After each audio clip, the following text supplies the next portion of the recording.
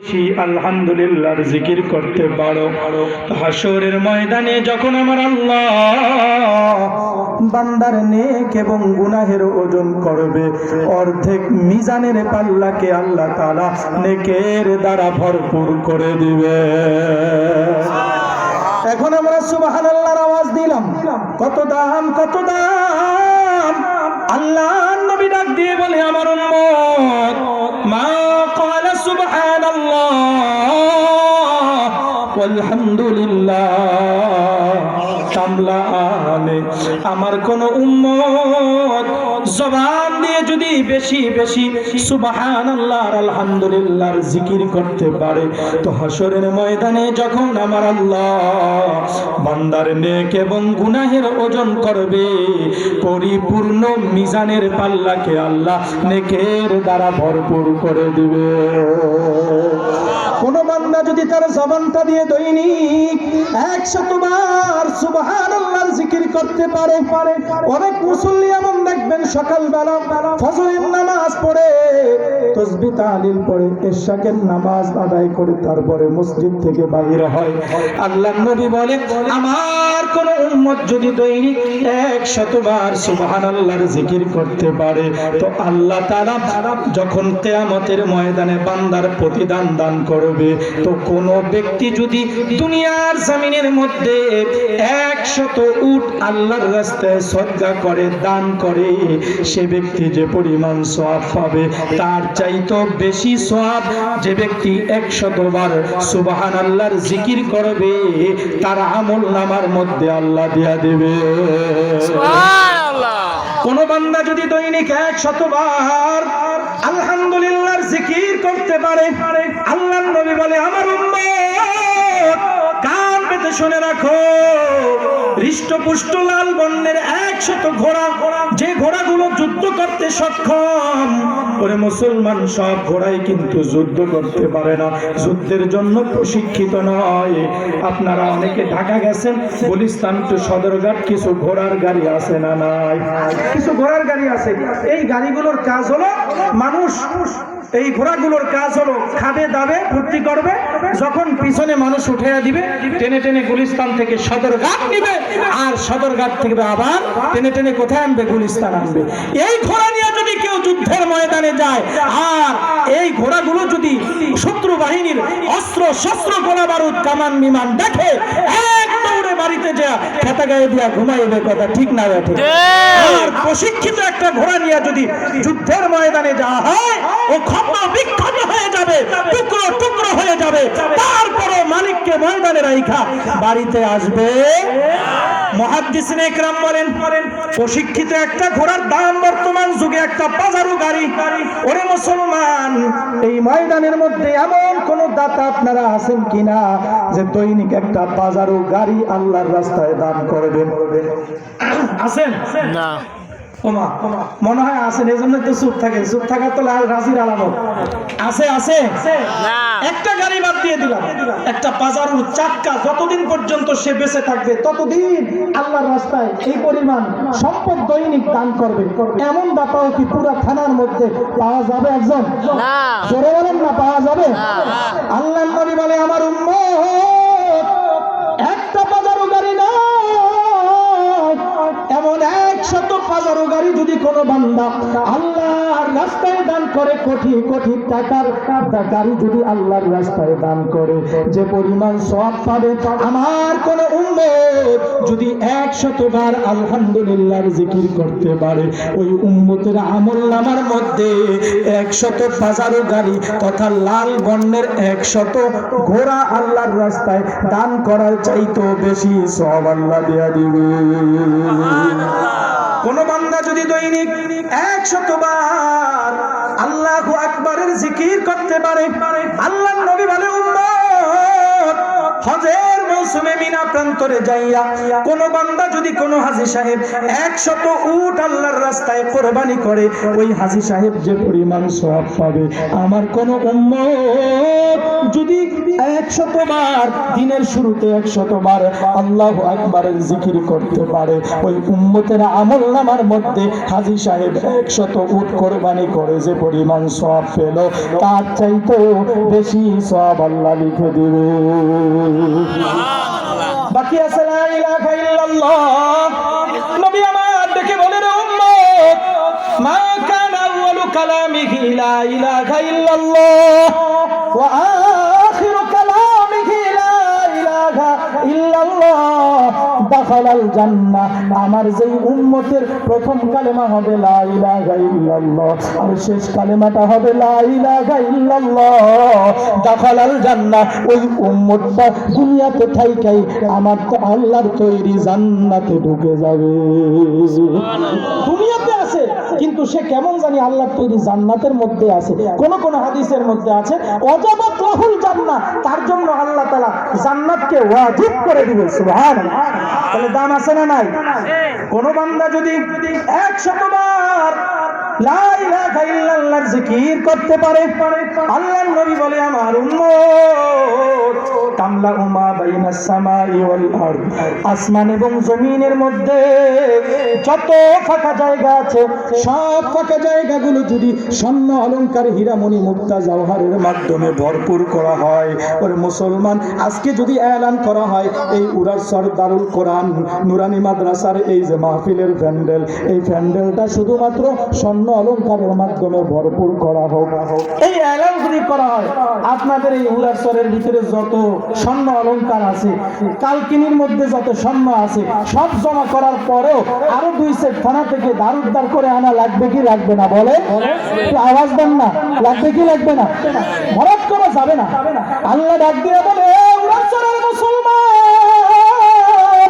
শুধুমাত্র তোমাদের এই ময়দান নয়, শুধুমাত্র কালকিনি নয়, শুধুমাত্র শরীয়তপুর নয়, মাদারীপুর নয়, শুধুমাত্র বাংলাদেশ নয়, সারা পৃথিবীর মানচিত্রের মধ্যে আসমানের নিচে জমিনের উপরে যত ফাঁকা জায়গা আছে সব ফাঁকা জায়গাগুলো যদি স্বর্ণ অলংকার হীরামণি মুক্তা জওহরের মাধ্যমে ভরপুর করে দেওয়া হয় আর কাউকে যদি এগুলোর মালিক বানিয়ে দেওয়া হয়, সে মালিকানা পাওয়ার পর ওগুলোকে যদি আবার 1 ঘন্টার মাথায় সব দান করে দেয়, সারা পৃথিবী ভরপুর স্বর্ণ দান করে ওই ব্যক্তিটা যে পরিমাণ সওয়াব পাবে, আমার কোন উম্মত তার জবান দিয়ে যদি 100 বার লা ইলাহা ইল্লাল্লাহর জিকির পাঠ করতে পারে, আমার আল্লাহ ওই বান্দার আমলনামার মধ্যে সারা পৃথিবী ভরপুর স্বর্ণ অলংকার দান করার চাইতে বেশি সওয়াব দিয়া দিবে। তাহলে জিকির গুলো বেশি বেশি করবো, রাজি আছি তো ইনশাআল্লাহ? এই মাহফিলে যে আজকে আসছি, এই গভীর রাত্র কনকনে ঠান্ডা, অনেকে পিছনে দাঁড়ায় আছে, থাকবো কি থাকবো না, রাখবো না যাইবো, বিভিন্ন টেনশন। এই যে আমরা যারা ময়দানের ভিতরে বসছি আসছি, এরা ঠকছে না জিতছি? ও মা, রাগ করছেন নি আপনারা? জোরে ইমানের আওয়াজকে উঁচু করে বলেন, ঠকছি না জিতছি? জিতছি। কেমন জেতা জিতছি? আল্লাহর নবী বলে মাজলিসুল উলামা খায়রুম মিন ইবাদাতি 60 সানা। আলেমদের মজলিসের মধ্যে আসো, কিছু সময় বসছো তো 60 বছর নফল ইবাদত করে যে পরিমাণ সওয়াব পাবা, তার চাইতে বেশি সওয়াব আল্লাহ তোমার আমলনামার মধ্যে দিয়া দিবে। আলেমের মজলিসের মধ্যে এসে একটা মাসালা যদি শিক্ষা অর্জন করো, প্রত্যেকটা মাসালার বিনিময় আমার আল্লাহ তোমার আমলনামার মধ্যে 1000 রাকাত নফল নামাজ পড়লে যে পরিমাণ সওয়াব, তার চাইতে বেশি সওয়াব আল্লাহ আপনার আমার আমলনামার মধ্যে দিয়া দিবে। এই মাজলিসগুলো যখন কায়েম করা হয়, আল্লাহর পক্ষ থেকে একদল ফেরেশতা মাহফিলের চতুর্পাশে আইসা একজনের কাঁধের উপরে একজন দাঁড়াইতে দাঁড়াইতে চতুর্পাশ দিয়া আসমান পর্যন্ত ঘেরাও করে নেয়। সুবহানাল্লাহ। ফেরেশতারা ডাক দিয়া বলে, ও পরওয়ারদিগার আলম, চতুর্পাশ দিয়ে ঘেরাও করে নিলাম, মানুষ উপর দিয়ে সামিয়ানার ব্যবস্থা করে, চান্দিনার ব্যবস্থা করে, নিষেধ থেকে হেফাজত হেফাজতে থাকার জন্য, বৃষ্টি থেকে হেফাজতে থাকার জন্য ও পরওয়ারদিগার আলম আমরা ফেরেশতা উপর দিয়ে সেভাবে শুয়ে উপরের জায়গাটা আমরা ফিল আপ করতে পারলাম না, চতুর্পাশ দিয়ে আটকে দিলাম যাতে করে শয়তান মানুষকে ওয়াসওয়াসা দিয়া ময়দান থেকে তার বাড়ি পর্যন্ত না নিয়ে যাইতে পারে। কিন্তু উপরের জায়গাটা আমরা আটকাই নাই, উপরের জায়গাটা ফাঁকাই রয়েছে। আল্লাহ বলে ও ফেরেশতার দলেরা ফাঁকা থাকতে দাও, ফাঁকা থাকতে দাও। বলে কি করবে? আল্লাহ তাআলা ফেরেশতাদেরকে জানিয়ে দেয় ওয়া নাযালাত আলাইহিমুস সাকিনা। ও ফেরেশতার দলেরা আমার যেই পাগল বান্দাগুলো জান্নাত পাওয়ার আশায় জাহান্নাম থেকে মুক্তি পাওয়ার জন্য কোরআনের মহব্বতে, ইসলামের মহব্বতে এরে উড়ার এই ময়দানের মধ্যে আছে, আমি আল্লাহ আমার এই বান্দাগুলোর উপরে আসমান থেকে শিলা বৃষ্টির মতো রহমত নাজিল করতে থাকবো। শুধু তাই নয়, আমার বান্দাগুলো ময়দানের মধ্যে আসলে বসলে বসার সঙ্গে সঙ্গে আমি আল্লাহ আমার বান্দার পিছনের জিন্দেগির সমস্ত গুনাহগুলোকে মাফ করে দিব। মুহাদ্দিসিন একরাম বলে এই গুনাহ হলো সগীরা গুনাহ। বান্দা তো শুধু সগীরা গুনাহই করে না, পদে পদে ক্ষণে ক্ষণে কবিরা গুনার মধ্যে লিপ্ত হয়। কথা ঠিক না বাকি? এ বান্দা ঘর থেকে বাইর হলো, পরনারীর দিকে তাকাইলো, কবিরা গুনাহ করলো, জিনা করলো, কবিরা গুনাহ করলো, মিথ্যা কথা বললো, কবিরা গুনাহ করলো, চগলখড়ি করলো, কবিরা গুনাহ করলো। বান্দার কবিরা গুনাহগুলো কিভাবে মাফ হবে? ইমাম কুরতুবী রাহমাতুল্লাহি আলাইহি বলে বান্দা যখন কোন উলামা ইকরামের মাজলিসের মধ্যে বসবে, আমলের নিয়তে বসে, দিলটাকে নরম করে আখিরি মুনাজাত পর্যন্ত অপেক্ষা করে যখন বান্দা দুপুরা চোখের পানি ছেড়ে দিবে, বান্দার চোখের পানি নাকের ডগার সামনে আসার আগে আগে আমার আল্লাহ বান্দার জীবনের সমস্ত কবিরা গুনাহ মাফ করে দিবে। তাহলে আজকের এই বয়ান, এই মাহফিলের উসিলায় আমাদের জিন্দেগির সগীরা কবিরা উভয় গুনাহ মাফ। এতে আমরা সকলে খুশি না বাজার? আরো জোরে ইমানের আওয়াজকে উঁচু করে আল্লাহকে রাজি খুশি করার জন্য সবাই বলে খুশি না বাজার? মাশাআল্লাহ।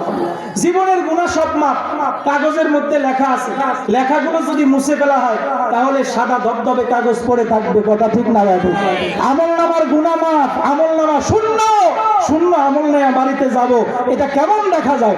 আল্লাহ পয়গম্বরের মাধ্যমে জানিয়ে দেয়, ও পয়গম্বর আপনার উম্মতগুলোকে জানিয়ে দেন, আমার বান্দাগুলোকে জানিয়ে দেন যারা আজকে কোরআনের মহব্বতে, ইসলামের মহব্বতে জান্নাত পাওয়ার আশায় জাহান্নাম থেকে মুক্তি পাওয়ার জন্য এই উরাসব দারুল কোরআন নুরানি হাফেজিয়া মাদ্রাসার ময়দানের মধ্যে আছে, আমি আল্লাহ তাদের পিছনের জিন্দেগির গুনাহগুলো মাফ করেই শুধু ক্ষান্ত হব না, আমার বান্দাগুলোর যেই যেই জায়গায় গুনাহ লেখা ছিল ওই গুনাহগুলোকে আমি আল্লাহ নেকের দ্বারা পরিবর্তন করে দিব। আবুদ্দিলাত সাইয়্যাতিকুম বিল হাসানাত। আল্লাহ জানিয়ে দেয়, ও পয়গম্বর আপনার উম্মতগুলো যখন এই মজলিসের মধ্যে নেক কাজ করার জন্য আসছে, আমি আল্লাহ তাদের যেই গুনাহ ছিল সেই গুনাহগুলোকে আমি আল্লাহ নেকের দ্বারা পরিবর্তন করে দিলাম। তাহলে আলহামদুলিল্লাহ আজকে উদাসরের ময়দানের মধ্যে আইসা আমাদের জিন্দেগির সব গুনাহ মাফ, গুনার জায়গায় আবার অত আল্লাহ তাআলা আমাদেরকে নেকের দ্বারা আমলনামা ভরপুর করে দিয়েছে। খুশি না রাজা? জোরে বলি খুশি না রাজা? সারা বিশ্বের মধ্যে সবচাইতে বেশি ওয়াজ নসিহত হয় ইন্দোনেশিয়ায়, তারপরেই বাংলাদেশের স্থান। যে দেশের গ্রামে গঞ্জে, পাড়ায় পাড়ায়, মহল্লা, মাদ্রাসায় মাদ্রাসায়, বাড়ির উঠানে পর্যন্ত, মসজিদে মসজিদে, বাড়ির উঠানে পর্যন্ত ওয়াজ নসিহত হয়। কথা ঠিক না বাকি? গতকাল কেউ নাকি আপনাদের মহল্লায় মাহফিল গেছে, আবার দেখবেন যে 2-4 মহল্লা পরে এর আগের দিন গেছে। এইভাবে মাহফিল চলতেই আছে, চলতেই আছে, দৈনিক মাহফিল চলতেছে সারা বাংলাদেশের মধ্যে, আনাচে কানাচে হাজার হাজার বক্তা, কারো ডেট খালি নাই, সবাই সিরিয়ালে মাহফিল করতেই আছে। আগের থেকে মাহফিল আরো অনেক বাড়ছে, কথা ঠিক না বাকি?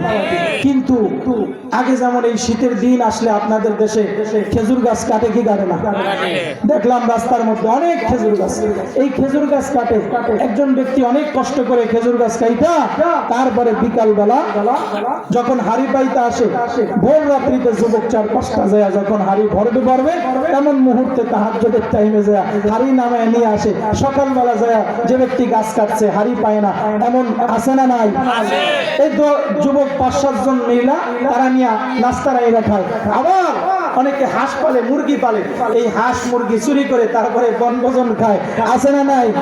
মসজিদে ঢুকছে অনেক আবেগ নিয়ে আল্লাহরে পাওয়ার জন্য, নামাজ পড়ার জন্য। মসজিদ থেকে নামাজ পড়ে বাইর হবে, দেখে নতুন জুতা কিনে আনছে গতকালকে, জুতাটা নাই, আছে না নাই? আন্তর্জাতিক চোর মাসেদ বাদে দিলাম, এমন সাসরা চোর গুলো জমিনের মধ্যে আছে না নাই? তাহলে এই ওয়াজ দিয়া কি লাভ আর ওয়াজ শুই না কি লাভ? ওই মুরব্বী মুখে বেশি রুচি টুচি পায় না, ডাক্তার দেখানোর জন্য যাবে আপনাদের থানা কালকিনি, নাকি কালকিনিতে যাবে, সামনে কি খাসেরা, এখান থেকে আপনাদের উড়ারচর থেকে রওনা করছে। এই খাসেরা পর্যন্ত যাওয়ার পরেই হঠাৎ করে মুষলধারে বৃষ্টি পড়া আরম্ভ হয়ে গেছে। 12টা বাজে রওনা দিছে, 3টা বাজে ডাক্তার উপজেলায় বসবে। যখন রওনা দিছে যাওয়ার পর কিছু দূর যাওয়ার পরে ওই খাসেরা পর্যন্ত যাওয়ার পরে মুষলধারে বৃষ্টি আরম্ভ হয়ে গেছে। দরজা এক বাড়ির সামনে যে দরজা নক করলো, মানাঙ্কা আপনি কে? আমি উড়ারচরের থেকে আসছি, অমুক বাড়ি, আমার অমুক ঠিকানা। কোথায় যাচ্ছেন? আইনা তাজাব। ভাই কালকিনিতে যাইতেছি। কেন? ভাই ডাক্তার দেখানোর জন্য। তা আমার এখানে কেন আসলেন? ভাই দেখো আকাশ মেঘাচ্ছন্ন, বৃষ্টি থেকে হেফাজত, বৃষ্টি থেকে আশ্রয় পাওয়ার জন্য, আশ্রয় নেওয়ার জন্য তোমার এখানে আসছি। দরজা খুলে দিল, 12টা বাজে ঘরের মধ্যে ঢুকছে, বৃষ্টি পড়তেই আছে, আর থামাথামির কোনো নামগন্ধ নাই। সময়ের কাঁটা পেরিয়ে, ঘড়ির কাঁটা পেরিয়ে যখন বেলা 2টা বেজে গেছে, ময়নার মা ডাক দিয়া বলতেছে, বাড়িওয়ালি মহিলা ডাক দিয়া ময়নার বাপেরে বলতেছে, এ ময়নার বাপ, খোঁজ খবর আসেনি? কয় কি হয়েছে? কয় এই যে একজন মেহমান মুরব্বী মানুষ আল্লাহর পক্ষ থেকে আসছে, আমরা এখন খানা খাবো, 2টা বাজছে, তাকে ছাড়া কিভাবে খানা খাবো?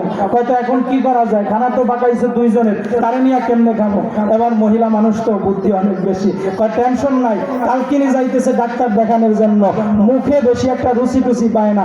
আমগো এই যে বয়স্ক যারা আছেন তাদের সাথে খানা খাইতে বসলেই আলহামদুলিল্লাহ তারা বলে যে বাবা তোমরা কি খাও? আমাদের বয়সে আমরা যখন যুবক ছিলাম একটা পোড়ামারিচ আর এলো কি একটা ডিম ভাজে দিয়ে আর একটু ডাল দিয়ে আমরা 1-1.5 প্লেট 2 প্লেট অথবা 1 কেজি 1.5 কেজি চাউলের ভাত খেয়ে ফেলেছি। আসলে এরকম অনেক মানুষ, তাদের পাকস্থলী হজম প্রতিক্রিয়া অনেক ভালো ছিল, 1-1.5 কেজি দুধ খেয়েও তারা হজম করতে পারত। কিন্তু এখন 1 পা দুধ খাইলে আমাদের অবস্থা কাহিল হয়ে যায়, কথা ঠিক না রাখে? ও মুসলমান, এখন ওই বলতেছে বাড়িওয়ালা পুরুষ বলতেছে খানা পাকাইছো 2 জনে, 3 জনে কেমনে খাবো? মহিলাকে সমস্যা নাই, মুখে নাকি রুচি পায় না, রুচি টুচি নাই, ডাক্তার দেখানোর জন্য যাইতেছে রুচির ট্যাবলেট আনার জন্য। তার সামনে খানা দেবো, খাইতে পারবে না, সব ফেরত দিবে। আমরা স্বামী স্ত্রী 2 জনে মজা করে খাবো, মেহমানদারির সওয়াবও পাবো, আবার এদিক দিয়ে আমাদের পেটও ভরে যাবে। কয় বুদ্ধিটা তো একদম খারাপ না? এবার মুরব্বীরা যারা বলে যে বাবা দাওয়াত কবুল করেন, মুরব্বী একটা লাড়া দিয়া কয় যে কি দাওয়াতটা কবুল করবো, মুখে তো বেশি একটা রুচি টুচি পাই না, আগের মতো খাইতে পারি না। অনেক পিড়াপিড়ি করার পর কি পাকাইছি? কয় বেশি কিছু পাকাইতে পারি না, ডাইল আর ভাত পাকাইছি। বলে নিয়ে আসো। এবার খানা খাওয়ার জন্য দস্তরখানা বিছানো হলো। দস্তরখানা বিছায় খানা খাওয়া আমার নবীর সুন্নাত। জোরে বলেন কার সুন্নাত? নবীর সুন্নাত। আরেকটু জোরে বলেন কার সুন্নাত?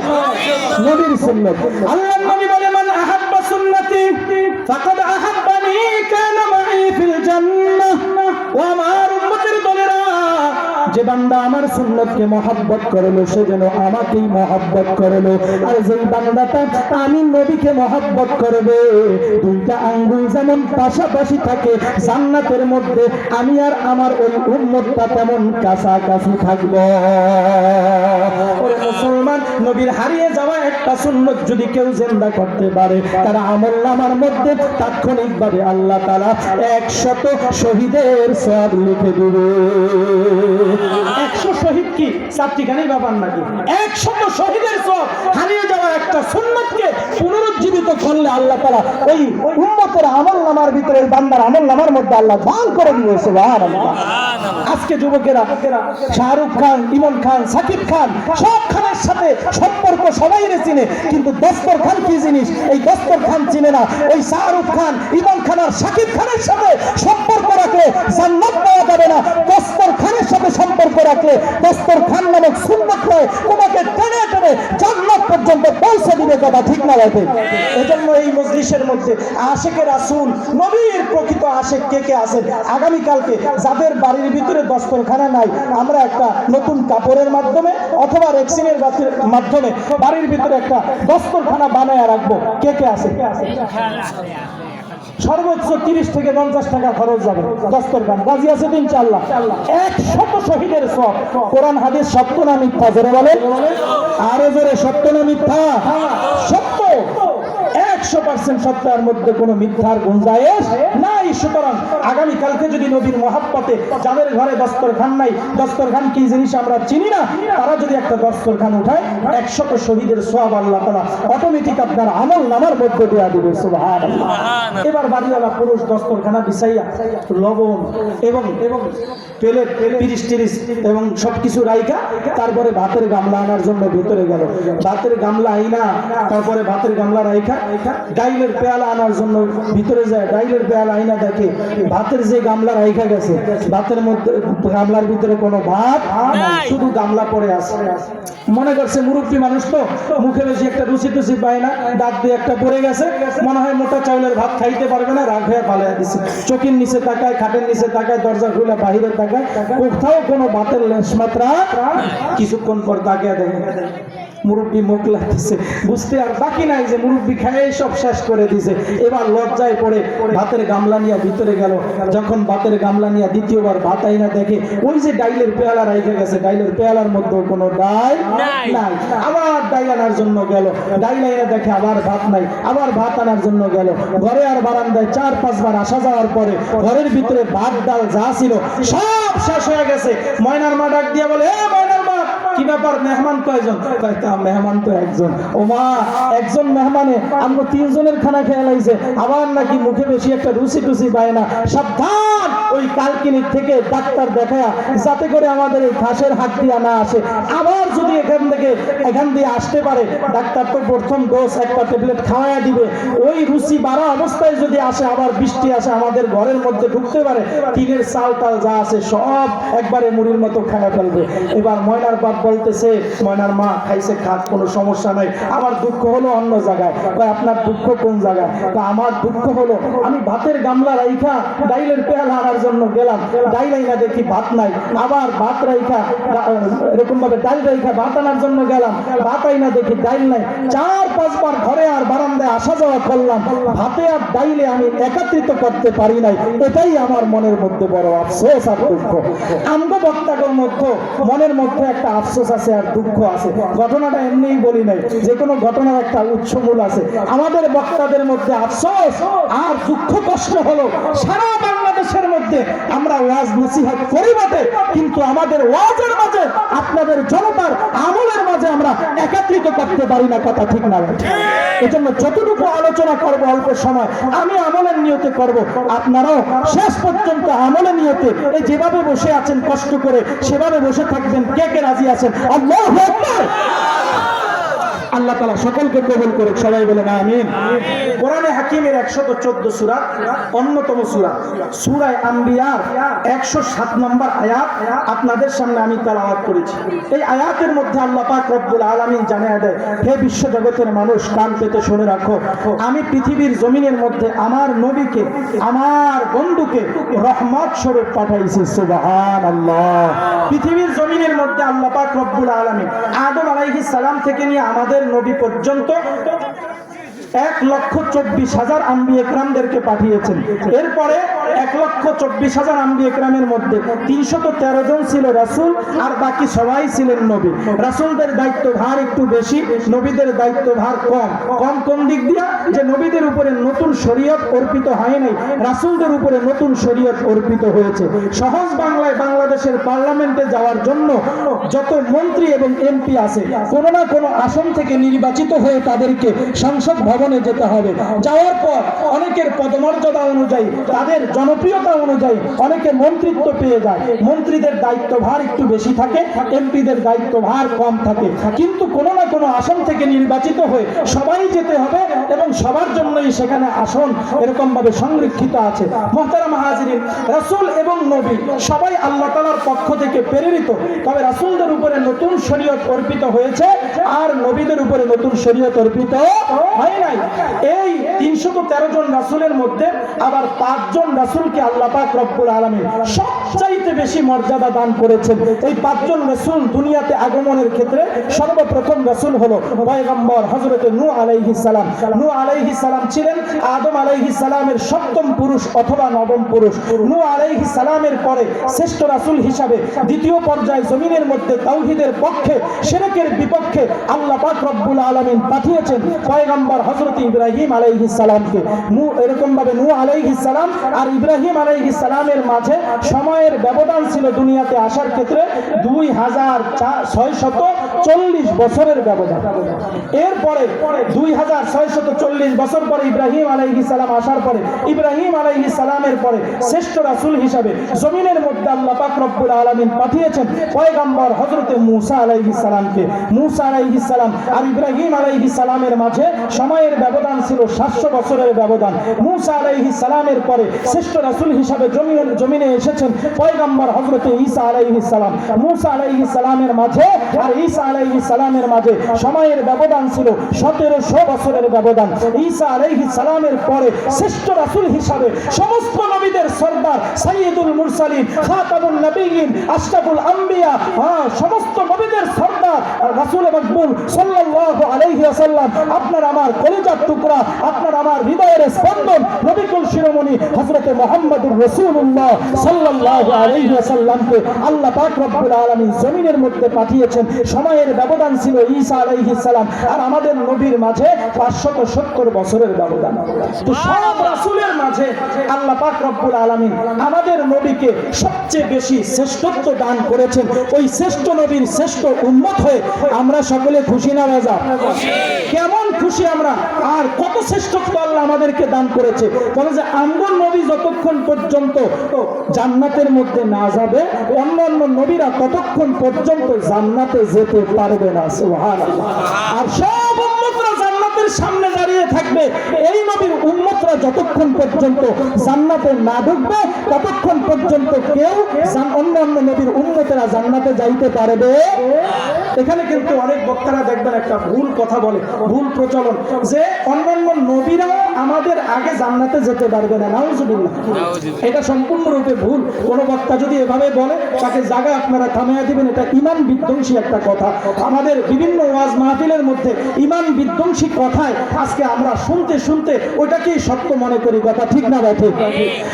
ঈসা আলাইহিস সালামের 570 বছর পরে আল্লাহ পাক রব্বুল আলামিন আপনার আমার পয়গম্বর হযরত মুহাম্মদুর রাসূলুল্লাহ সাল্লাল্লাহু আলাইহি ওয়াসাল্লামকে জমিনের মধ্যে পাঠাইয়া আল্লাহ ঘোষণা করে দেন, ওয়া মা আরসালনাকা ইল্লা রাহমাতাল লিল আলামিন। আল্লাহু আকবার। আল্লাহ পাক রব্বুল আলামিন বলেন, ও বিশ্বজগতের মানুষ, আমি আমার পয়গম্বরকে দুনিয়া আখিরাত উভয় জাহানের জন্য রহমত স্বরূপ পাঠাইলাম।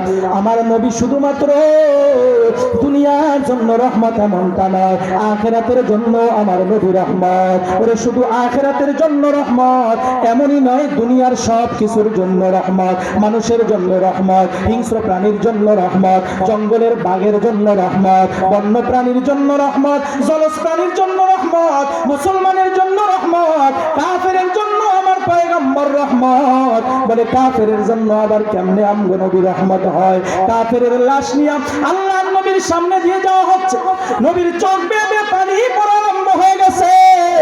সাহাবীরা ডাক দিয়ে বলেন, ও পয়গম্বর, এই যে লাশ নেওয়া হচ্ছে এটা কোনো মুসলমানের লাশ নয়, এটা একজন ইহুদির লাশ। আল্লাহর নবী বলে, সাহাবীরা রে, আমিও জানি এটা একজন ইহুদির লাশ, তবে আমার দুঃখ আর কষ্ট হলো আমি নবীর নবুয়তের সময় সীমা পাইয়া, আমার নবুয়তের সময় সীমা পাইয়া ওই সময় একটা মানুষ ঈমান হারা হইয়া জমিন থেকে বিদায় নিতেছে, এজন্য দুঃখে আমার চোখ দিয়ে চোখ বেয়ে বেয়ে পানি পড়া আরম্ভ হয়ে গেছে।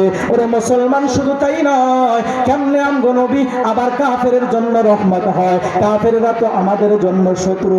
বলে না, কাফেরের জন্য আমাদের নবী রহমত স্বরূপ। আল্লাহর নবী মাঠে গাছা দিনের দাওয়াত দিয়া যখন রাত্রি হয়ে যাইত, খানে কাবার কিনারে দাঁড়াইয়া সালাতুল হাজত নামাজ আদায় করতেন, আর আল্লাহর দরবারে সিজদার মধ্যে যাইয়া দোয়া করত, আল্লাহ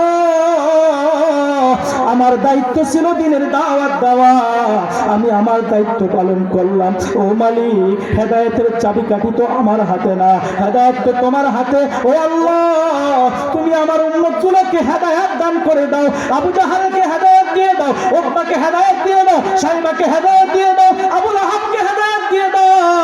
এইভাবে আমার পয়গম্বর সিজদার মধ্যে যে আল্লাহর দরবারে কান্নাকাটি করে আর আল্লাহর দরবারে প্রার্থনা করে। আর এদিক দিয়া ওয়ালিদ ইবনে মুগীরা, মক্কার এরকম ভাবে বড় নেতৃত্ব স্থানীয় লিডাররা, আবু জাহাল, আবু লাহাব, উতবা, সাইবারা অপেক্ষা করতেছে কখন আমার পয়গম্বর সিজদার মধ্যে যাবে আর পয়গম্বরের পিঠের মধ্যে উটের নারী গরুগুলো চাপায়া দেওয়া যায়, ময়লা আবর্জনাগুলো চাপায়া দেওয়া যায়। ওরে মুসলমান, আমার পয়গম্বর যখন সিজদার মধ্যে চলে গেল, আবু জাহাল, আবু লাহাব, ওয়ালিদ ইবনে মুগীরা উটের নারীগুলোকে আইনা ডাস্টবিনের ভিতরে পড়ে থাকা ময়লা আবর্জনাগুলোকে আইনা আমার পয়গম্বরের পিছনে পিঠের ভিতরে চাপায়া দিছে। ময়লাগুলোর ভারণ পয়গম্বর সিজদা থেকে মাথা উঠাইতে পারে না, আর কোন সাহাবীও ভয়ে তাদের সামনে যাইতে পারে না, কারণ মুষ্টিময় মানুষ মুসলমান হয়েছে, সাহাবী মুসলমান হয়েছে।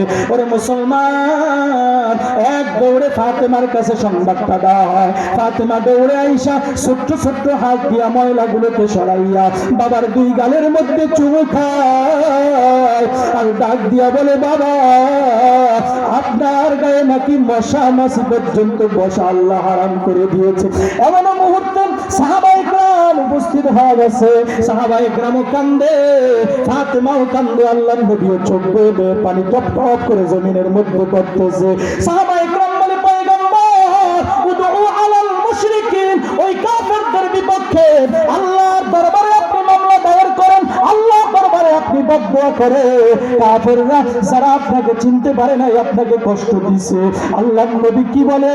আল্লাহর নবী জানায়া দেয়, ও আমার সাহাবীরা রে, ইন্নী লাম উবাসুলাদা ওয়ালাকিন বুইসু রাহমাতাও ওয়া বারাকা। আল্লাহু আকবার। আল্লাহর নবী বলে, আমার সাহাবীরা শোনো, আল্লাহ পাক রব্বুল আলামিন আমাকে দুনিয়ার জমিনের মধ্যে মানুষকে লানত দেওয়ার জন্য, অভিশাপ দেওয়ার জন্য পাঠায় নাই। আমাকে আল্লাহ পাক রব্বুল আলামিন মানুষের জন্য রহমত স্বরূপ এবং আমার উম্মতগুলোকে নাজাত দেওয়ার জন্য, জান্নাতে নেওয়ার জন্য আমাকে পাঠাইছে। শাফিউল উমাম হামারা নবী রোজে কিয়ামত শাফাআত করেগা আল্লাহ के पास गुनाहगार उम्मत। शाफिए मुशफ़्फ़ा नामे मोहम्मद अहमद, एतात रसूलुल्लाह हो तू जिंदगी बरबाद। और कल कियामतेर ময়দান যেদিন কায়েম হবে, সব মানুষগুলো নফসি নফসি বলে দৌড়াদৌড়ি আরম্ভ করবে। ইয়াউমা ইয়াফিরুল মারউ মিন আখিহি ওয়া উম্মিহি ওয়া আবিহি ওয়া সাহিবাতিহি ওয়া বানি ওয়া উম্মিহি ওয়া আবি। কয় মা থেকে সন্তানরা দূরে পালায়া চলে যাইবে, আবার সন্তানরাও মাকে পরিচয় দিবে না। যেই বাবা সন্তানের জন্য হাড় ভাঙা পরিশ্রম করে, ওই বাবাও সন্তানকে পরিচয় দিবে না, ভাই ভাইকে পরিচয় দিবে না, বন্ধু বন্ধুকে পরিচয় দিবে না। সবাই একজন যখন দূর থেকে আর একজনকে দেখবে, এমন মুহূর্তে দৌড়ে দূর দিকে সরে যাবে। আমার পয়গম্বর ওই সময় আরশে আজিমের নিচে আল্লাহর কাছে সিজদার মধ্যে পড়ে যাবে। আল্লাহ পাক রব্বুল আলামিন বলবে, ও পয়গম্বর, দুনিয়ার জমিনের মধ্যে আপনার গায়ের মধ্যে মশা মাছি বসা পর্যন্ত আমি আল্লাহ হারাম করে দিয়েছিলাম। নবী আমার, দুনিয়াতে কষ্ট করেছেন আর আখিরাতে কষ্টের দরকার নাই, কি লাগবে বলেন, আমি আপনাকে দান করে দিব। এবার আমার পয়গম্বর যখন আল্লাহ বলবে, ও পয়গম্বর সালতুটা, আপনি যা চাইবেন আমি তাই আপনাকে দান করব। আমার পয়গম্বর নিজের জন্য কোনো কিছু চাইবে না, আমার পয়গম্বর উম্মতের জন্য বলবে, আল্লাহ আমার উম্মত গুলোকে আপনি নাজাতের ব্যবস্থা করে দাও। ও মুসলমান ইমানদার, আল্লাহর নবী জানিয়ে দেয়, উম্মত, 6টা আমল যদি তোমার মধ্যে থাকে, ওই সময় আল্লাহর আদালতের কাঠগড়ায় দাঁড়াইয়া ওই আমলগুলো যদি তোমার মধ্যে থাকে, আমি নবী তোমার হাত ধরে তোমাকে জান্নাত পর্যন্ত পৌঁছে দিব। ওরে মুসলমান, ওই ব্যক্তির চাইতে সৌভাগ্যবান ব্যক্তি আর জমিনের মধ্যে হতে পারে না, যার হাতটা ধরে কিয়ামতের ময়দানে নবী বলবে, চলো, তুমি না আমার উম্মত, তোমার কোনো হিসাব দেওয়া লাগবে না, তোমার জন্য আল্লাহ তৈরি জান্নাত অপেক্ষা করতেছে। আল্লাহু আকবার।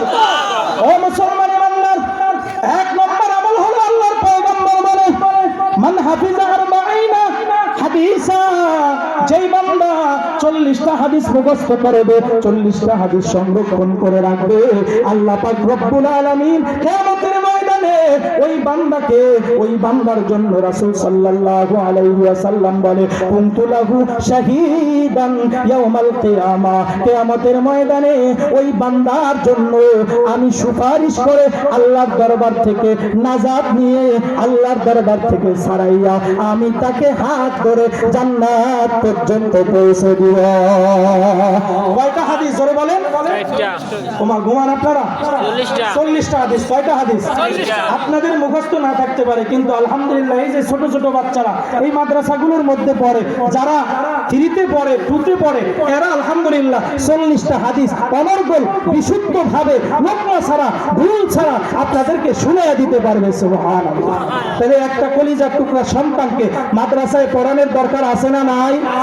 জোরে বলেন, আছে না নাই? ও মা, মাদ্রাসায় পড়াইলে খাইবে কি? মাদ্রাসায় পড়াইলে লাভ কি? কি লাভ? মাদ্রাসায় পড়াইলে এই সন্তানটা যখন বড় হবে বুঝতে পারবে, তখন সারাদিন ফিকির থাকবে আমার মা বাবাকে কিভাবে জান্নাতি বানানো যায়, কিভাবে জান্নাতের দিকে নেওয়া যায়। এই ফিকিরি সর্বদা, মা বাবার ফিকিরি সর্বদা তার কলবের মধ্যে থাকবে, অন্তরের মধ্যে থাকবে। কথা ঠিক না ভাই? ওই এক সন্তান বাবা স্ত্রীকে বলতেছে, চলো চলো তোমার বাপের বাড়িতে যাই না, অনেকদিন হয়েছে, তোমার বাপের বাড়িতে যাব। কয় না, সামনের দিকে যে ডিসেম্বর আসে 15 তারিখের পরে মাদ্রাসা বন্ধ থাকে, সন্তানটার মাদ্রাসা, নুরানি মাদ্রাসা বন্ধ দিবে, তখন আমরা যে 5-7 দিন একত্রিত বেড়াবো। এবার যখন বন্ধ হয়ে গেল, বন্ধ হওয়ার পরে স্বামী স্ত্রী এবং সন্তানকে নিয়ে শ্বশুর বাড়ির দিকে রওনা করছে। শ্বশুর বাড়ির দিকে কিছু দূর যাওয়ার পর হঠাৎ করে এক আইসক্রিমওয়ালা আইসক্রিম বিক্রি করতেছে, টুনটুনি বাজায় আর আইসক্রিম বিক্রি করে। সন্তান যখন এই দৃশ্য দেখলো, বাবাকে বলে, বাবা একটা আইসক্রিম কিনে দেন। সবার অন্তরের ভিতরে রাসূলের মহব্বত আছে, সবার অন্তরের মধ্যে রাসূলের মহব্বত আছে, তার অন্তরের মধ্যে আছে। আল্লাহু আকবার। রাসূল বলছে, কে বলছে জোরে বলেন?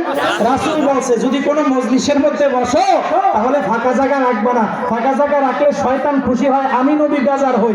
এখন শয়তানকে খুশি করব না নবীকে খুশি করব? জোরে বলেন। তাহলে একটু সামনের দিকে আগাই, লা ইলাহা ইল্লাল্লাহ, জোরে লা ইলাহা। সামনে সামনে, পিছনের যে ভাইরা আছেন আসেন, সামনে আসেন। যারা জায়গায় গরম করছেন তারা আগে আগে আসেন, অপর ব্যক্তিকে আপনার গরম জায়গা দিয়ে দিলে এটাও সদকা করার সওয়াব পাইবেন। সুবহানাল্লাহ। সামনে আসেন। লা ইলাহা ইল্লাল্লাহ,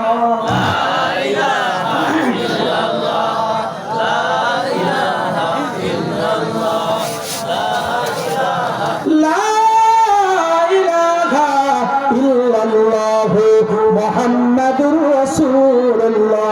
এই সামনে দিয়ে একটু জায়গা খালি আছে, এ বাবা আসেন না, সামনে আসেন, এমন করেন, আসেন আসেন, জায়গাটা পূরণ করে বসুন। ওই পিছনে যে সমস্ত ভাইরা আছেন দাঁড়ায় আছেন সবাই ভিতরে চলে আসেন। আর অল্প সময়ের ভিতরে ইনশাআল্লাহ বয়ান শেষ হয়ে যাবে, মোনাজাত দিয়ে দেবো ইনশাআল্লাহ। আপনাদের জন্য নাকি মেহমানদারির ব্যবস্থা আছে নাকি? মেহমানদারির ব্যবস্থা আছে আলহামদুলিল্লাহ। মেহমানদারি কবুল করে একদম কোনো টেনশন নাই, বাড়িতে যেয়ে ঘুমাবেন, লাগলে উজু করে 2 রাকাত তাহাজ্জুদের নামাজ পড়ে তারপরে ঘুমাবেন ইনশাআল্লাহ। আবার ফজরের নামাজ জামাতের সঙ্গে পড়বেন, এশারের নামাজ ফজরের নামাজ জামাতের সঙ্গে যারা পড়বে সারা রাত নফল ইবাদতের সওয়াব আল্লাহ তাআলা ওই ব্যক্তির আমলনামার মধ্যে দেয়া দিবে। সুবহানাল্লাহ। এখন মা বাবা আর সন্তান মনে আসেনি আপনাদের? যাইতেছে এই সন্তান যাইতেছে নানার বাড়ি, মহিলা যাইতেছে তার বাবার বাড়ি, আর স্বামী যাইতেছে তার শ্বশুর বাড়ি। কিছুদিন যাওয়ার পরে যখন আইসক্রিম পাইলো, এখন সন্তানের আইসক্রিম দেখার পরে লোভ লেগে গেছে, বাবা একটা আইসক্রিম কিনে দাও। 2 টাকা দিয়ে একটা আইসক্রিম কিনে দিছে। যখন আইসক্রিম কিনলো, আইসক্রিম চাপতে চাপতে সামনের দিকে আগাইতেছে। কিছু দূর আগায়, আবার যখন আইসক্রিমের কথা মনে পড়ে তখন আইসক্রিম টানা আরম্ভ করে। ওমা আইসক্রিমের কিছুক্ষণ পরে টানার পরে যখন সামনের দিকে তাকায়, দেখে তার মা বাবা গল্প করতে করতে অনেক দূরে চলে গেছে। তখন আবার একটা দৌড় দেয়, আবার যখন মা বাবার কাছাকাছি আসে আবার আইসক্রিম টান দেয়। এমন বাচ্চাদের দেখছেন নি দৃশ্য আপনারা? আমি দেখছি অনেক বাচ্চাদের। তো এই আইসক্রিম টানে আর যায়, কিছুক্ষণ যাওয়ার পরে হঠাৎ করে দেখে যে মা বাবা অনেক দূরে চলে গেছে। এমন জোরে একটা দৌড় দিল, দৌড়াইতে দৌড়াইতে সামনে যায় হাঁপায়া এই উপরে যে শিকড় ছিল গাছের শিকড়ের সাথে উষ্টাকে জমিনের ভিতরে পড়ে গেছে। পড়ার পরে পিছনের দিকে বাবা যখন তাকায় দেখলো সন্তান পড়ে গেছে, এক দৌড়ে আইসা সন্তানকে হাতে ধরে যখন উপরের দিকে উঠাইতেছে, সন্তান উইটা দেখে যে জামার ভিতরে ময়লা টয়লা লেগে গেছে।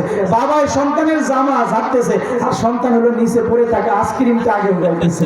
উঠানোর পরে ওই আইসক্রিমের ভিতরে একটু ময়লা লেগে গেছে, আইসক্রিমটা একদম পুরা জামার ভিতরে একটা পোষা দিয়া খাওয়া আরম্ভ করছে। বাবা থামো, কি হয়েছে? কয় এই যে এটার ভিতরে ময়লা টয়লা তুই দেখোস না? কয় না, জামা দিয়া তুই মুসলাম, কারণ ওর কাছে জামার চাইতো, নতুন জামার চাইতো, আইসক্রিমের মূল্য বেশি। কথা ঠিক না ব্যাপারে? এখন কয় এই যে জামা দিয়া তুই আইসক্রিম মুসলে আইসক্রিম খাইতেছ, আইসক্রিমের ভিতরে তো এখনো ময়লা আছে। কয় না, একদম পরিষ্কার হয়ে গেছে। কয় না, যেই জিনিস পড়ে গেছে এই জিনিস খাইতে হয় না। কয় সমস্যা কি? কয় যেই জিনিস পড়ে যায় এই জিনিস নষ্ট হয়ে যায়। এবার সন্তান কয় বাবা আমার ওস্তাদ তো আমাকে শিক্ষা দিছে, কোনো খাবার যদি পড়ে যায় আর সেটা যদি নাপাক না হয়, ময়লা লাগলে সেটা ধুয়ে যদি খাওয়া হয়, নবীর একটা সুন্নাত পালন করা হয়, পড়ে যাওয়া খাবার উঠিয়ে খাওয়া, এটা আমার নবীর সুন্নাত। জোরে বলেন কার সুন্নাত? নবীর সুন্নাত। যে এই নবীর একটা সুন্নাত যদি পালন করা যায় তাহলে 100 শহীদের সওয়াব। এই কথা যখন বলল বাবা একটা ধমক মারল, তো সুন্নাত টুন্নত বাদ দে, আইসক্রিম লাগলে সামনে 10 টাকা দিয়ে আরো সুস্বাদু ভালো একটা কিনে দিব, অথবা এটার পরিবর্তে আরো 5টা কিনে দেব, তারপরে এটা খাওয়া লাগবে না, তুই এটা ভালো হবে। একই তো আইসক্রিমের মহব্বত, আইসক্রিম খাইতে পারলো না। 2 নম্বরে তার কচি অন্তরের ভিতরে এই মাদ্রাসাগুলোর মধ্যে ওস্তাদরা যে শিখিয়ে দিছে খাবার পড়ে গেলে খাবার উত্তোলন করে খেতে হবে, সেই সুন্নাতটাও পালন করতে পারলো না। 2টা কষ্ট নিয়ে সামনের দিকে ছোট বাচ্চাটা যাইতেছে আর মনে মনে দিলে দিলে আল্লাহর কাছে দোয়া করতেছে, আল্লাহ এমন একটা জবাবের ব্যবস্থা তুমি আমারে কইরা দাও, যেই জবাবের মাধ্যমে আমার বাবা সারা জিন্দেগীর জন্য সুন্নাতওয়ালা হয়ে যাবে, সারা জিন্দেগীর জন্য সাইজ হয়ে যাবে, ইসলামের পথে চলে আসবে। সুবহানাল্লাহ। এবার স্বামী স্ত্রী গল্প করতেছে আর সামনের দিকে যাইতেছে, হঠাৎ করে স্ত্রী কাদাযুক্ত জমিনের মধ্যে পড়ে গেল। কাদাযুক্ত জমিনের মধ্যে পড়ার সঙ্গে সঙ্গে স্বামী খপ করে তার হাত তার মধ্যে ধরে ফেলল। পিছন থেকে ছোট সন্তানটা ডাক দিয়া বলতেছে, বাবা আম্মুর হাতটা ধইরো না, আম্মুর হাতটা ছেড়ে দাও। দেখা বলো। এবার সন্তান বলতেছে, বাবা আম্মুর হাত ছেড়ে দেন, আম্মুর হাত ধরেন না। কয় কেন? চলেন। কেন পরে আপনি আর আমি একা নানার বাড়ি যাই, আম্মু এখানেই পড়ে থাকুন। কয় তোর নানার বাড়ি যদি আজকে তোর আম্মুরে সারা যায় তাহলে আমাকে জেলের ভাত খাওয়াবে আর তোরও আচ্ছা রকম মারবে। আজকে সব আয়োজন তো তোর আম্মুকে উপলক্ষ করে, কিন্তু আমাদেরকেও সেখানে গেস্ট হিসাবে দাওয়াত দেওয়া হয়েছে, আমরা গেল আমাদেরকে মেহমানদারি করবে। কয় আম্মুরে তো নেওয়ার কোনো সুযোগ নাই, মারে তো নিয়ে যাওয়ার এখান থেকে কোনো সুযোগ নাই। কি হয়েছে? আপনি না কিছুক্ষণ আগে বললেন যেই জিনিস পড়ে যায় ওই জিনিসটা নষ্ট হয়ে যায়, পচে যায়। আরে আম্মু তো নষ্ট হয়ে গেছে, পচে গেছে, এই নষ্ট মানিয়ে নানার বাড়িতে যাওয়া যাবে না।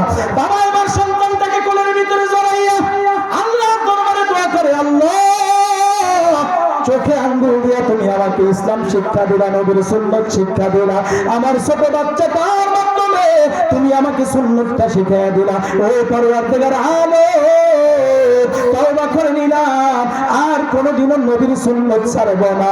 এর মুসলমান, একটা সন্তান যদি এই নুরানি মাদ্রাসাগুলোর মধ্যে পড়ান, অথবা নাতি নাতকুর আপনার ভাই ভাতিজা যদি নুরানি মাদ্রাসার মধ্যে পড়ান, তাহলে ওর ফিকির থাকবে সর্বদা কিভাবে আপনাকে জাহান্নাম থেকে মুক্তি করে আল্লাহ তৈরি জান্নাতে নিতে পারে, সেই ফিকির সর্বদা তার থাকবে। কথা ঠিক কিনা?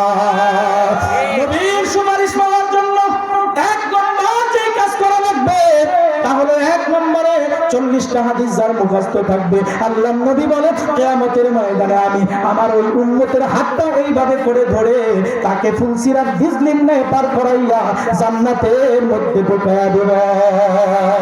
2 নম্বর আমল আল্লাহ নবী ডাক দিয়ে বলে, তাবারানী শরীফের রিওয়ায়াত আবু দারদা রাদিয়াল্লাহু তাআলা আনহু বলে, মান সাল্লা হিনা ইউসবিহু আশারা ওয়া হিনা ইউমসি আশারা আবরাকাতুহু শাফাআতি ইয়াউমাল কিয়ামা। আমার যেই উম্মত সকালবেলা ফজরের পরে ফজরের নামাজ আদায় করে 10 বার দুরূদ শরীফ পড়বে, সন্ধ্যাবেলায় 10 বার দুরূদ শরীফ পড়বে, আমার আল্লাহ জানে, আল্লাহর নবী জানায় দেয় কিয়ামতের ময়দানে ওই উম্মতটার জন্য আমি সুপারিশ করে তার হাত ধরে তাকে আমি জান্নাত পর্যন্ত পৌঁছে দেব। 3 নম্বর আমল হলো, যেই বান্দা দুনিয়ার জমিনের মধ্যে বেশি বেশি কালিমা পাঠ করবে, আল্লাহর নবী ডাক দিয়ে বলে বুখারী শরীফের রিওয়ায়াত, আসাদুন নাসি বিশাফাআতি ইয়াউমাল কিয়ামা মান ক্বালা লা ইলাহা ইল্লাল্লাহু খালিসান মিন কলবিহি ওয়া নাফসি। যেই বান্দাটা যার জবান দিয়ে বেশি বেশি ইখলাসের সঙ্গে লা ইলাহা ইল্লাল্লাহ পাঠ করবে, আল্লাহর নবী বলে কিয়ামতের ময়দানে আমি নবী তার হাত ধরে তাকে জান্নাত পর্যন্ত পৌঁছে দিব। 4 নম্বর আমল মুসলিম শরীফের রিওয়ায়াত হযরত জুবাইর রাদিয়াল্লাহু তাআলা আনহু থেকে বর্ণিত, তিনি বলেন আল্লাহর নবী জানিয়ে দেয় যখন মুয়াজ্জিন আযান সমাপ্ত করবে তখন তোমরা যদি এই দোয়াটা পাঠ করো, আল্লাহুম্মা রাব্বা হাযিহিদ দাওয়াতিত তাম্মা ওয়াস সালাতিল কায়িমা আতি মুহাম্মাদানিল ওয়াসিলাতা ওয়াল ফাদিলা ওয়াদ দারাজাতার রাফিয়া ওয়া বাসু মাকামান মাহমুদানিল্লাযী ওয়া'আতা। এই দোয়াটা যদি আযান সমাপ্তির পরে তোমরা কন্টিনিউ পাঠ করতে পারো, আল্লাহর নবী জানিয়ে দেয় কিয়ামতের কঠিন মুসিবতে যখন আল্লাহ তাআলা আমাদের বিচার কার্য শুরু করে দিবেন, ওই সময় আমাদের হাত ধরে আল্লাহ পাক আল্লাহর নবী আমাদের হাত ধরে কোনো প্রকারের বিচার ছাড়াই হিসাব নিকাশ ছাড়াই আমাদেরকে জান্নাত পর্যন্ত পৌঁছে দিবে। কয়টা গেল? 4টা। কয়টা? 5 নম্বর আমল, যারা মদিনাতে এখন বসবাস করতেছে, যদি কোনো দুর্ভিক্ষ মদিনার মধ্যে চলে আসে অথবা কোনো মহামারী কোনো বিপদ আপদ চলে আসে, কিছুদিন আগে করোনা ছিল না, ওই করোনার সময় যারা মদিনাতে আগে থেকেই বসবাস করতেছিল, করোনার সময় মদিনার মধ্যেই ছিল, করোনার ভয়ে সেখান থেকে পলায়ন করে নাই, লা ইয়াসবিরু আলা লিওয়াইহা, ওখানেই যারা বসবাস করবে ওখানেই থাকবে, ফায়ামুতু, এবং সেখানেই যদি তার মৃত্যু হয়ে যায়, আল্লাহর নবী জানায় দেয় কুনতু লাহু শাফিআ ওয়া শাহীদা, কিয়ামতের ময়দানে আমি নবী ওই মদিনাকে মহব্বত করে থাকার কারণে তার জন্য আল্লাহর দরবারে সুপারিশ করব, সাক্ষী দিয়ে তাকে জান্নাতে যাওয়ার ব্যবস্থা করে দিব। সুবহানাল্লাহ। 6 নম্বর আমল, আল্লাহর নবী এভাবে সাহাবায়ে কিরামদেরকে নিয়ে বয়ান করতেছেন, সাহাবায়ে কিরামদেরকে বলে, ও সাহাবীরা রে, দুনিয়ার রাজা বাদশাদের কাছে প্রজারা কত কিছু চায়, মুরিদরা কত কিছু চায়, আমার কাছে তোমরা কিছু চাও, আমি নবী তোমাদেরকে আল্লাহর কাছে দোয়া করব যাতে আল্লাহ তাআলা তোমাদেরকে দিয়ে দেয়। সব সাহাবায়ে কিরাম চুপ হয়ে বসে আছেন। একজন সাহাবী ডাক দিয়ে বলে, ও পয়গম্বর, আপনার কাছে আমার কিছু চাওয়া আছে, আবদার আছে। বলে কি আবদার? কয় আনতাশফালি ইয়াউমাল কিয়ামা, ও পয়গম্বর, কিয়ামতের ময়দানে আপনি আমার জন্য আল্লাহর দরবারে সুপারিশ করবেন। আল্লাহর নবী বলে, সাহাবী রে, দুনিয়ার কোনো টাকা পয়সা চাইলি না, ধন দৌলত চাইলি না, কোনো কিছুই চাইলি না, আল্লাহর দরবারে সুপারিশ তুই চাইলি, এটা তোকে কে শিক্ষা দিয়েছে? ও পয়গম্বর, দুনিয়ার টাকা পয়সা ক্ষণস্থায়ী, দুনিয়ার ব্যাংবেলেন্স ক্ষণস্থায়ী, কিয়ামতের ময়দানে, হাসরের ময়দানে আপনার সুপারিশের চাইতে আর মহামূল্যবান কোন সম্পদ হতে পারে না। কথা ঠিক না রাখে? আল্লাহর পয়গম্বর বলে, আমার উম্মত কান পেতে শুনে রাখো, ইসরাফিল আলাইহিস সালাম দ্বিতীয়বার যখন সিংহে ফুৎকার দিবে, সব মানুষগুলো কবর থেকে উঠবে, জেনে রাখো পরে সর্বপ্রথম যে ব্যক্তিটা কবরের থেকে উঠবে ও আউয়ালু মান ইউনশাক্কু আনহুল কবর, আল্লাহ তাআলা সব মাখলুকাতের মধ্যে থেকে আমি নবীকে, তোমাদের নবীকে আল্লাহ তাআলা কিয়ামতের ময়দানে সর্বপ্রথম উঠার সৌভাগ্য তৌফিক দেয়া দেবে। শুধু তাই না, ওই কিয়ামতের ময়দানে কেউ আল্লাহর দরবারে দাঁড়িয়ে সুপারিশ করা, সাহায্য এরকম ভাবে পারমিশন পাবে না, সাহস পাবে না। আল্লাহর নবী বলে ওয়া আউয়ালু শাফি ওয়া আউয়ালু মুশাফফা, সর্বপ্রথম আল্লাহর দরবারে দাঁড়াইয়া আমি আল্লাহর কাছে সুপারিশ করব। কিয়ামতের ময়দানে সর্বপ্রথম আল্লাহ তাআলা যার সুপারিশটা কবুল করবে সে হলেন তোমাদের নবী আমি মুহাম্মদুর রাসূলুল্লাহ। ওই নবীর জন্য পাগল হওয়া লাগবে কি লাগবে না? যারা আওয়াজ দেন, ওই নবীর স্বপ্ন দেখতে মনে চায় কি চায় না? হ্যাঁ, মনে চায় না? চারটা আমল যদি করা যায়, আল্লাহর নবী বলে স্বপ্ন যোগে আমি নবী তোমার বাসায় আইসা তোমার সঙ্গে মোসাফা করব, তোমার সঙ্গে সাক্ষাৎ করব। সুবহানাল্লাহ। কয় আমল? জোরে বলেন কয় আমল?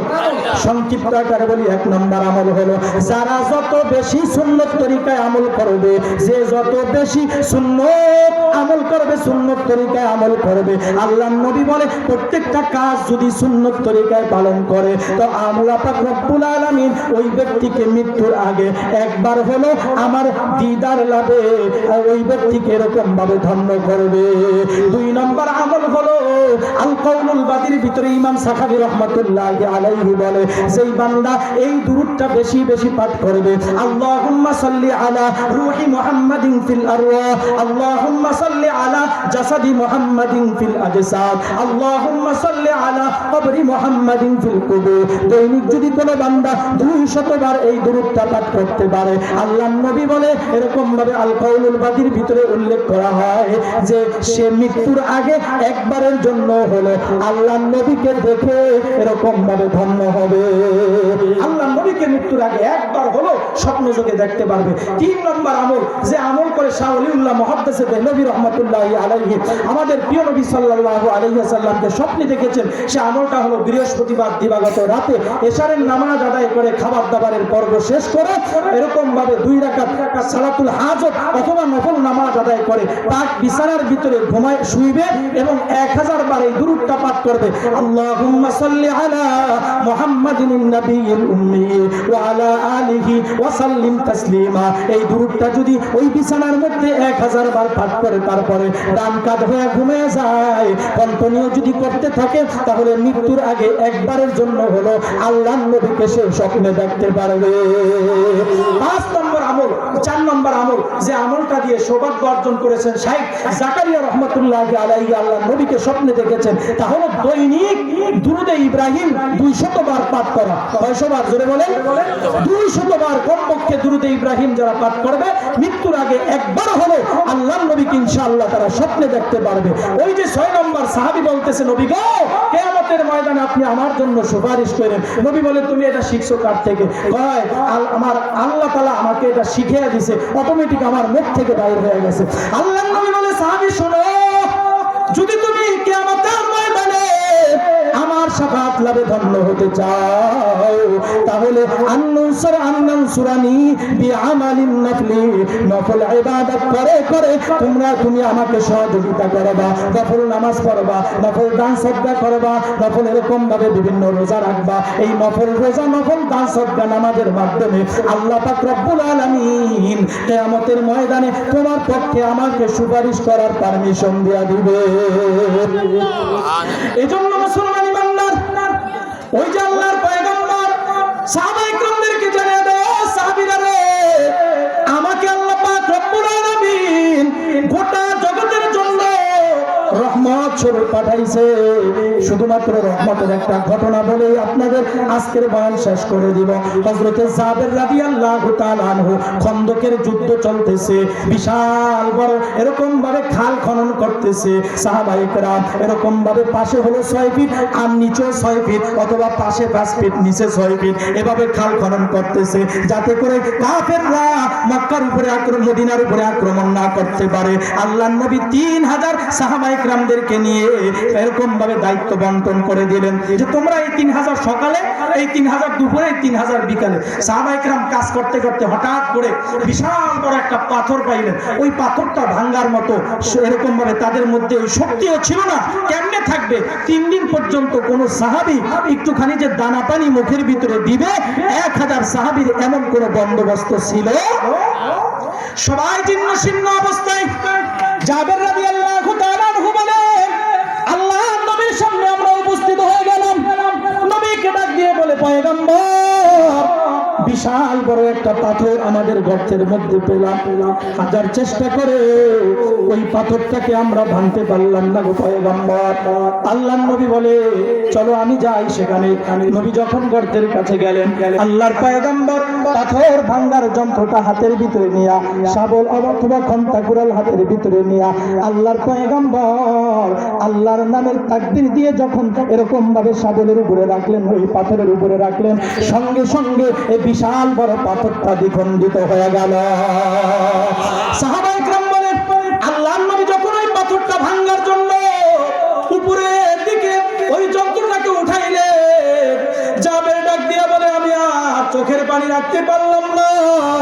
আমরা মনে করেছিলাম শুধুমাত্র আমাদের পেটের মধ্যেই ক্ষুধার যন্ত্রণায় আমরা পাথর বেঁধেছি, কিন্তু সাহাবী ডাক দিয়া বলে, আল্লাহর নবী যখন উপরের দিকে হাতটাকে এইভাবে উঠাইলেন, সঙ্গে সঙ্গে নবীর পেটের দিকে তাকিয়ে দেখলাম আল্লাহর নবীর পেটের ভিতরে একটা নয়, দুইটা নয়, তিনটা পাথরের টুকরা পয়গম্বর ক্ষুধার যন্ত্রণায় পেটের মধ্যে বাইদা রাখছে। হযরত জাবের রাদিয়াল্লাহু তাআলা আনহু কারো সঙ্গে কোনো কিছু না কইয়া একদম চলে গেলেন বাসার মধ্যে।